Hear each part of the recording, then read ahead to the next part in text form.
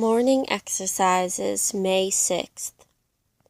Therefore hath thy servant found in his heart to pray this prayer unto thee. 2 Samuel 7:27. Where did he find his inclination and power to pray? In his heart. The heart is everything in religion. Man looketh on the outward appearance, but the Lord looketh on the heart, and requires it. My son, give me thy heart. Where he does not find this, he finds nothing. Where this speaks, words are needless. He knows what is the mind of the Spirit. Hannah, she spoke in her heart, only her lips moved, but her voice was not heard. Yet what a prayer she prayed, and how successfully!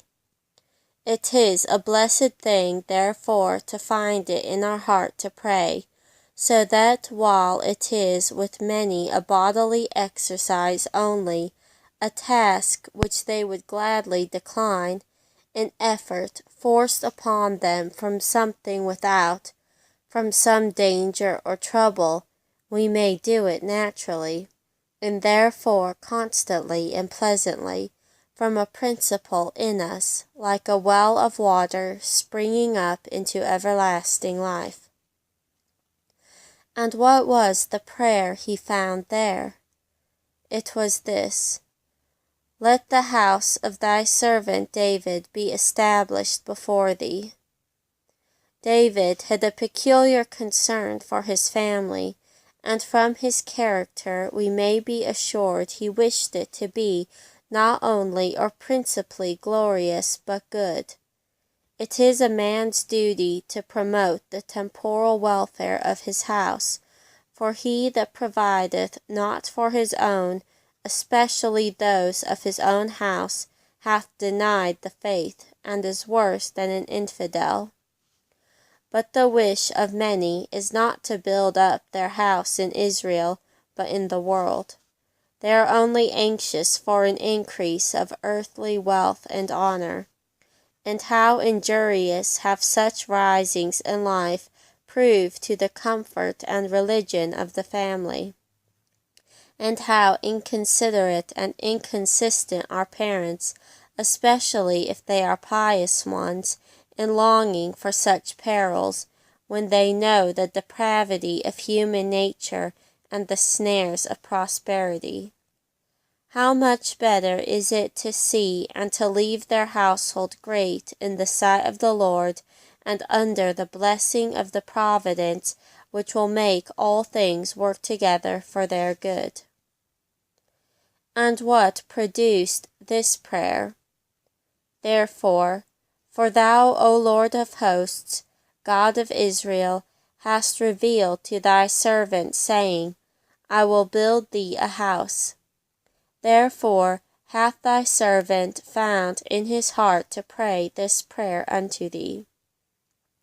He had refused him the pleasure and honor of building the temple which he had purposed, but he should be no loser. The will should be taken for the deed. Though he did not build God a house, God would build him a house. And except the Lord build the house, they labor in vain that build it. But all things are possible with him, and them that honor him he will honor. What the king said to his prime minister: You mind my affairs, and I will mind yours. He says to each of his servants, Serve me yourselves, and be persuaded that my blessing is upon my people, and that the generation of the upright shall be blessed. But see, the certainty of a thing does not supersede the use of the means in attaining it. Why should David pray for it when God himself had pledged to do it? So some would argue, but it would be the arguing of folly. The Scripture, the wisdom of God, knows nothing of this perversion. No doctrine there leads to enthusiasm. There our means and the end are connected. There activity grows out of dependence and zeal out of confidence. There God says, after he has promised the thing, I will yet be inquired of by the house of Israel to do it for them. Yea, we see prayer is not only consistent with the promise, but derived from it. It is this that furnishes the matter of our petitions. It is this that gives us all our encouragements. Therefore, let us be thankful for the promises. Let us search them out. Let us place them opposite all our wants. Let us plead them and say, Remember the word unto thy servant, upon which thou hast caused him to hope. And as then we can ask in faith, so we may pray with confidence. For whatsoever we ask according to his will, we know he heareth us.